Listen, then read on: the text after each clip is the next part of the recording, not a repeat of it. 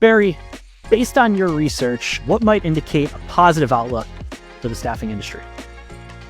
Well, Brad, I think I'll go with the last update of the SIA forecast, which we did last fall. We're looking for projecting about 5% growth in temp help in 2025, and we monitor lots of different data, and I'd say the most positive thing right now is just we're seeing more stabilization in the industry these days, and so I think there's good.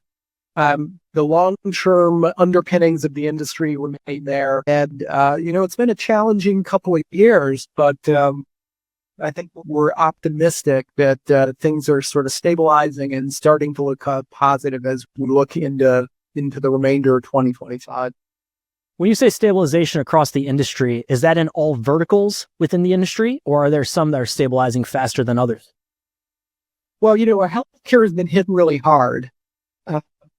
Particularly the travel nurse business and the like. And so I think that's been lagging a bit. But, when I'm talking to healthcare staffing firms these days, we're actually hearing that, they're feeling better in general as they're looking into 2025. I think there's each segment looked a little bit different. So in IT, it's much more about, development work getting done. There's been some impact, we think, a little bit from some AI implications, like demand for coders. I think there's been a lot of uncertainty out in the market, and that's dampened demand. That got a little bit better after the election, and then we're monitoring how that's looking right now. And I think we're always, the people who get into staffing are always optimistic. And so I think that, like I said, we believe in the long term of the industry. I don't see like a new growth spurt coming this year, but we do think, I think the motto we've been saying at SIA is that, flat is the new up. And that's sort of the way we've been looking at 2025. And I think we will start seeing, we already are hearing about some green shoots out there as well. How long can organizations expect to stay flat before up has to be up? Yeah. Well, so we look at a lot of different data. We're definitely getting signs of green shoots in the industry right now, but it's not, we're not seeing like big double-digit growth in many places in the industry. Some, there are a few, like the physician staffing business, the locum tenens business has been stronger than others, But, I think that we'll continue to see more growth as we into the future. And we're going to have our, right now we're in the process of gathering data for our latest forecast, which will come out. We're going to be unveiling that in March at our executive forum conference as well. And so I know that this will air a little bit before that event. Hey, it's Brad taking a short break to tell you about an offer exclusive to listeners of Take the Stage. 30 minutes of strategic marketing consultation with me, completely free. Hey, whether you're looking to drive more sales or more job applications, I want to help. Visit bit.ly/stage offer. Pick a time that works best for you. That's it. Again, whether you want to drive more applications or more job orders, I want to help. That's bit.ly/stage offer. All right, let's get back to the show. Barry, you mentioned coming out of the election that we should see about a 5% increase across the industry. At least that's the data that your team is observing. Is that historically accurate? Do we typically see those spikes come out of the election year, or is that something that we're just seeing this time around? Yeah, I think this is really, our forecast is unique for this year. I don't think there is a predictable pattern around elections. But I do think that, just in the run up to the election, there's a lot of uncertainty, and that's been one of the drags on the industry the last few years, as well as the coming out of the pandemic and the like. Now that that's resolved, I do think that that's a more positive outlook for the industry, and that's more of a driver of growth. There's there's, with policy changes going on, I think there's some uncertainty around that too, particularly around things like tariffs and the like. And we're gonna be monitoring that as well. You mentioned AI a little while ago as well. I want to get your thoughts on that. Is AI a threat or an opportunity for the industry? Yeah. Yes. I think, Brad. I'm going to ask you to dig in deeper than that. Yeah. Obviously that's one of the biggest things we're looking at right now. I think it's helpful to put it in a little bit of context in that, technology has always changed staffing. So I've been around it long enough when I can remember when staffing firms were freaking out about job boards. And that, the job boards were going to come in and put the industry out of business. That didn't happen. Staffing firms became some of the biggest users of that. VMS came along, and that, a lot of people really didn't like that sort of change to the industry, but the industry continued to grow, and it grew and developed. Now we have artificial intelligence. More recently than just before that, we've been looking at the impact of platforms and the sort of self-service models. Think of the Upworks and the like of the world. So all of this tech change comes along, and I think it's all can be seen as a threat. It also can be seen as an opportunity. And that's usually where we see it, because the industry is incredibly adaptable. And the best firms really, they get on with the technology. They figure out where the opportunities are. And often the opportunities lie in becoming the power users of that technology, of being, a couple steps ahead of your clients and really helping them to navigate something, because they're all struggling with it as well. So I see AI, AI now is the latest. I guess the question is, is this time is different? I think that sure, it's different than any of the past technology. I think this is going to be more pervasive. It was probably more like when the internet first came along and started changing staffing. And, that led to a bunch of the things that we've seen, like VMS and job boards and platforms and all of that. I think this is a next step. So the threat, maybe the biggest threat on this is around some, jobs that are likely to get impacted by AI and just disruption that comes with all that. The opportunity comes from staffing firms finding ways to make their business much more flexible, much more efficient than in the past. And really driving growth out of using that technology and leveraging that to deliver a better level of service for clients. But it's not going to be the same for folks who are just hoping that like the industry is just going to stay the same, not change at all. I think, that's never a good bet. The change is always in the air. The basics are always the same though. This heart is a simple business of finding companies that need talent and workers that need work and making that connection. It's pretty basic, but it's hard work. And, there's a lot of nuance into it as well to make it a great experience. I'll say one of my talks this year that I'm giving quite a bit is what the best staffing firms do differently. And one of the early slides in that talk is they embrace change. And historically, as I get on the phone with clients or prospects, the ones that are different, that are truly standing out, are the ones that embrace change. They're the ones that embrace AI technology. They embrace new processes. They're constantly looking at where there's opportunity. They're always thinking, okay, there's a rock over there. What's under it? What can I do to be a little bit different, better, faster, stronger, whatever it might be, and embrace that change? Would you say you're seeing the same thing there?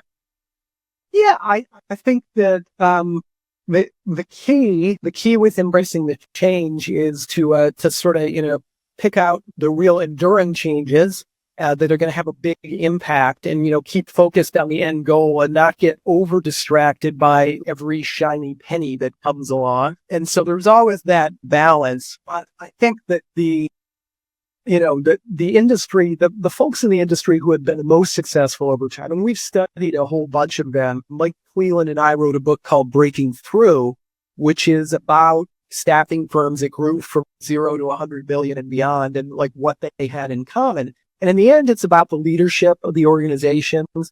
And one of the keys to leadership is embracing change. But what we found was that the key sorts of things are having a growth mindset, looking at making sure you've got a great strategy and being flexible and adaptable with that. So that relates to that change element as well. But a lot of it is driven by, having a great high performance culture that doesn't, that sees challenges, but also sees opportunities, as you're talking about, and really is focused on delivering for clients, and then building the next generation of leaders for your organization. And the ones that are great at that see the change that's in the industry, and they see it as an opportunity, and they keep focused on the end goal of providing that great service to their clients and their candidates. Yeah, I just had Joey Frampus from Butler Street on the show, and we talked about how to develop a high-performing sales culture and what goes into that compared to just an average sales culture. So if you're new to the show, I would encourage you to go back and listen to that episode because it is very relevant to what we're speaking on here. We love the guys at Butler Street. Yeah. Very good. Barry, I want to get your thoughts on that growth mindset that you were just talking about. Is that something that leadership needs to have, or is that something that you need to have across the organization? Well, it starts at the top. So, the biggest influence on, and we obviously see lots of different staffing businesses, but the things we see in common among the ones who are, who are successful and have enduring success and are able to, to push to a higher level at all times. It starts with the culture and the high performance culture that leadership is driving through the organization, and the level of accountability and being accountable as leaders as well. And so eventually that has to exist at all levels of the organization, but it's got to start at the top, and you can't just have it at the bottom and expect that, you're going to get great results. You really need to drive that from the top of the organization. And how do we develop that? Maybe you found that in your research with Mike when you're putting together the book. I'm thinking about the recruiter who's just sort of going through the motions, right? They can't put anybody to work right now, or maybe even the sales rep, right? Right now, it's incredibly difficult to get that new order. So you're going through the motions. It's hard to have a growth mindset when you're hearing no every time you pick up the phone and prospect. It's tough to have that positive outlook when every single prospecting call, it seems like another door is being closed. So in your research, how have you found that individuals can develop that growth mindset? Yes, it needs to be top down. I understand that. But at the bottom level, how do you develop that mindset when, let's again, take the sales process, for example, all you're hearing is no, or all you're hearing is another rainy day? I mean, I think that it's having, you've got to have a positive outlook, be in this business, right? Particularly on the sales side, recruiting as well, so it's a business, I think, for people who cultivate optimism. And a lot of the way that you cultivate that, though, is through discipline and through, the best organizations, I think, have a process and a system that you can execute on. And you've got to have faith in that system that, if you do the work, and you put in the level of effort, that you're going to get results over the long term. It's a hard business. It's like I said before, I think it's a simple business in a lot of ways, but it's, the folks who are successful are realize that it is hard work, and there's not a way around the hard work that's out there. So, a lot of it is, just cultivating a positive mindset. I think seeing challenges as opportunities, looking for opportunities to grow and sharpen your skills, and that sort of learning mindset, I think, is a critical part of it. We think that folks who are out there who are curious and listen and look to grow and develop their skills over time, that they really have more success as they go forward. We talked about some of the opportunities for the industry. I want to pick your brain on some of the threats to the industry now. So when we think about your research and what your team's doing over at SIA, what are some of the biggest threats to the industry in the short term, and then long term? Yeah, well, I think that I was pointing out before that, in the short term, the business it's been a really unusual time for staffing over the last couple of years. A lot of it, I think, is still working out from the pandemic. But typically, whenever the economy has grown, staffing has grown along with it. That hasn't been true in 2023 and 2024. GDP was growing. The unemployment is relatively low. Staffing had been declining the last couple of years. And, we've done some research on that. I think some of it is the correction from the pandemic. Some of it is, just working out things like, if you think about like supply chain, where we had a very unusual growth in some of the key sectors out there.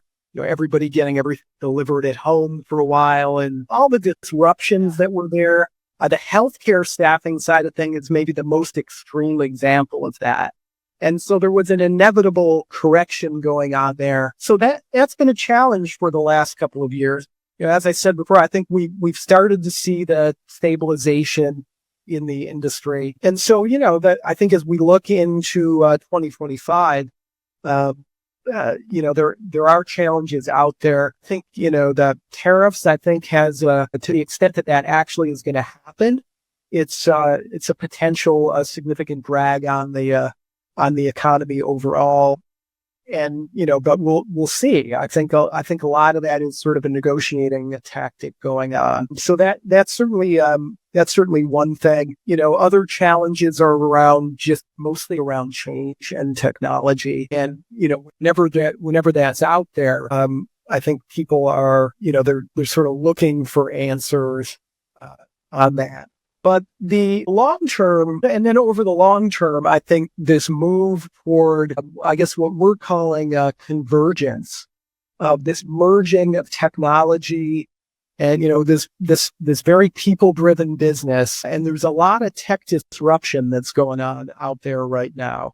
And so I think companies that are going to be successful and individuals in those organizations that are able to embrace those sorts of changes that are out there are going to be the ones that are more successful as we look into the future. The constant pressure is going to be there to deliver great talent, to do it at a lower cost, to do it faster, and to make sure that you've got great quality and great matches. Technology more and more is able to do that, and so I think that staffing firms have to really think about the how they blend technology with the human touch, how they compete against much more tech-driven platforms, sort of platform models. And I think that'll be one of the biggest challenges as we look forward, is just how the industry sort of reorients itself around all this tech-driven change, and it is able to find the right niche to play in. For some of the bigger firms, that's going to be, sort of going for a tech first, maybe like an Amazon type model of a real sort of platform, AI driven. For many of the smaller firms, I think it's then you've got to become, if you think of Amazon, they're surrounded by this whole ecosystem of companies around them who use their platform and or filling niches around the platform.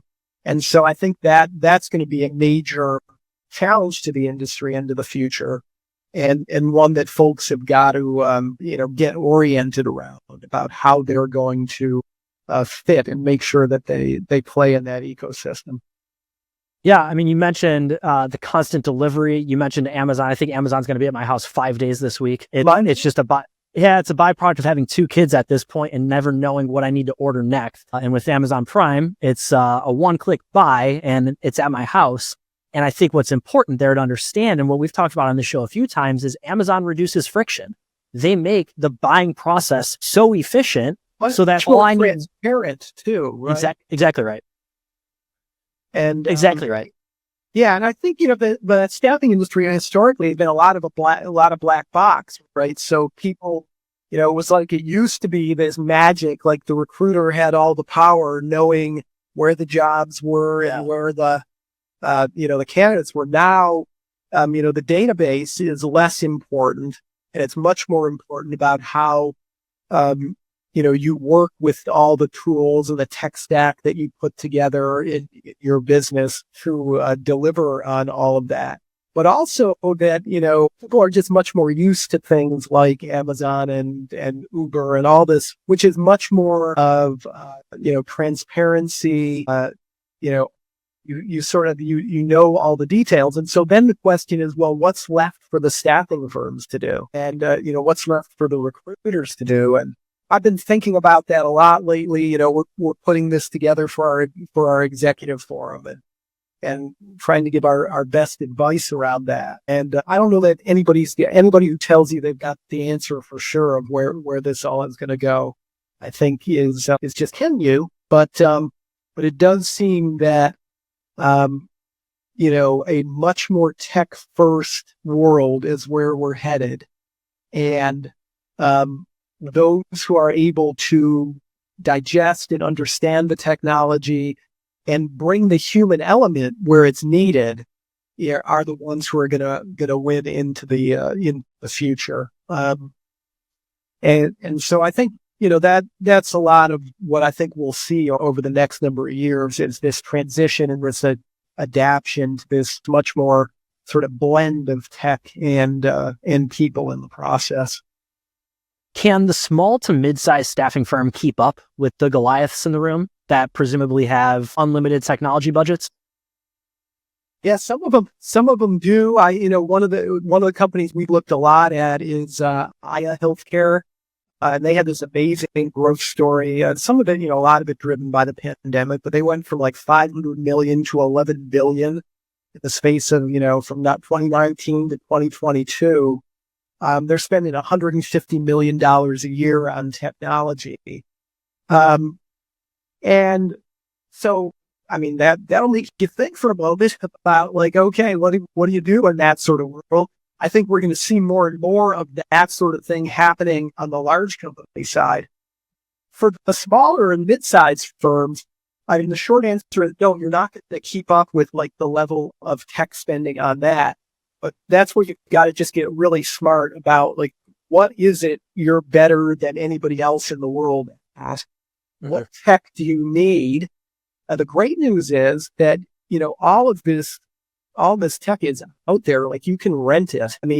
Think about how all these different components, it's mostly just, you've got to just be smart about picking out the best tools for what you're trying to accomplish. And then a lot of it is your strategy, right? Like you're not going to go head to head in these huge accounts, perhaps, but there is a way to be, either part of the supply chain or to go around or to find a niche in and around that to become the best firm at whatever specific skill, you is in demand out there. And so I think there's still going to be plenty of opportunity, but it's definitely going to be a different game as we look into the future. Yeah, it's all about finding that slice of the pie, right? And where is your slice and what slice can you absolutely own? And at the end of the day, there's enough breadcrumbs, pie crumbs, I guess we could say in this analogy for all of us. Yes, you're not going to compete against a $150 million tech stack, but there is enough business in the world, in the United States, to certainly go after. And I could not agree more with that take. And I think that there's all different levels of clients that are out there. And it's not just, the big global firms. There's all sorts of, everybody needs talent. And I think that's one of the key things that this industry does. And so, that's going to be the challenge, is just making sure you can deliver that talent, the right talent at the right time to your client. Barry, before I let you go, I know you got the executive forum coming up. Anything that you're going to talk about on stage that maybe you could share with us ahead of that conference? Give us a little sneak peek. Any research or anything that I haven't asked you about yet? Yeah, I think we've hit a lot of the main points. The thing I'm most interested in, I guess, looking forward to, is just always what we see out. The sort of innovations that we're hearing from the executives who are there. But there's there's also, an amazing group of vendors and suppliers who are out there. And there's so much innovation in and around the industry that one of my favorite things to do is just be out there walking the floor in the exhibit area. And, if you've got a problem or an issue, chances are there's somebody out there who's, supplying the industry who's got, a really interesting and innovative solution for that. So, we're excited about that. I think we've got leaders from all across the industry who are coming to speak. I always, I walk away with tons of notes from these folks about how everybody's adapting to the changes and the innovations that are going on in the industry right now. And Barry, anybody who's listening who might not be familiar with you or staffing industry analysts, I want to give you the floor to share a little bit about yourself and share a little bit about the organization. Yeah, so I think most folks in the staffing industry have heard of SIA, and you might get our daily news or get SI Review magazine. The company's been around since the early 90s. I was actually one of the first customers in my role. Right. I was head of strategic planning at Adecco before it was actually Adecco at the time.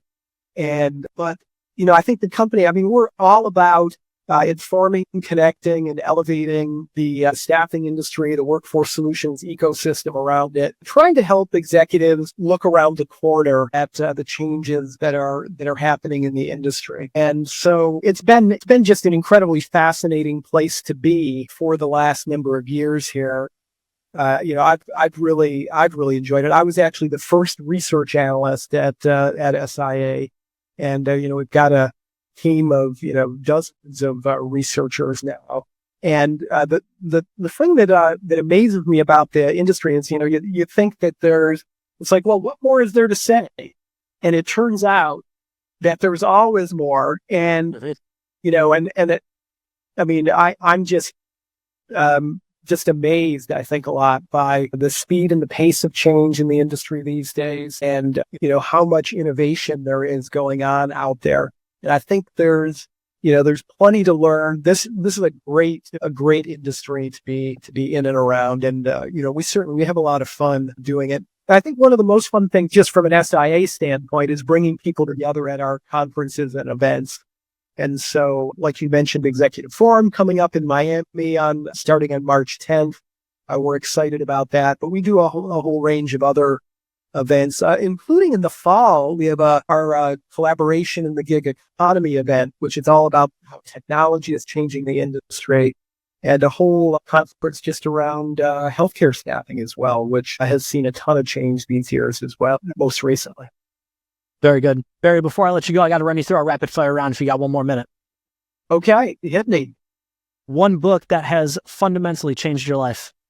I'll go with Sapiens by Noah Yuval Harari, all about how is it that human beings got to be the ones running the planet. And just I'm a history buff, and I think that, anyway, I won't spoil the book for you, but check that out. I think it's really interesting.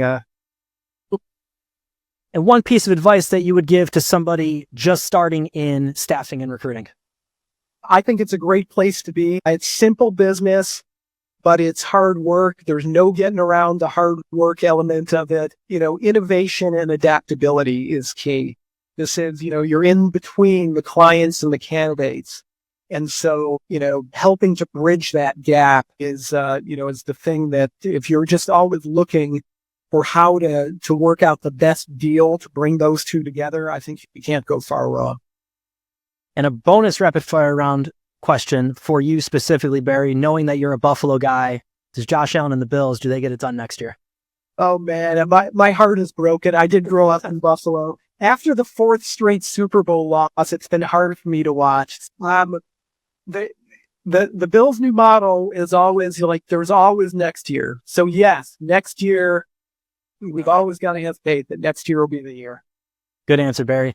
He's Barry Asin, the Chief Analyst for Staffing Industry Analyst. Barry, can't thank you enough for coming on the show and sharing your insights with us, my friend. All right. Thank you so much, Brad. Great to talk. Thanks so much, Barry.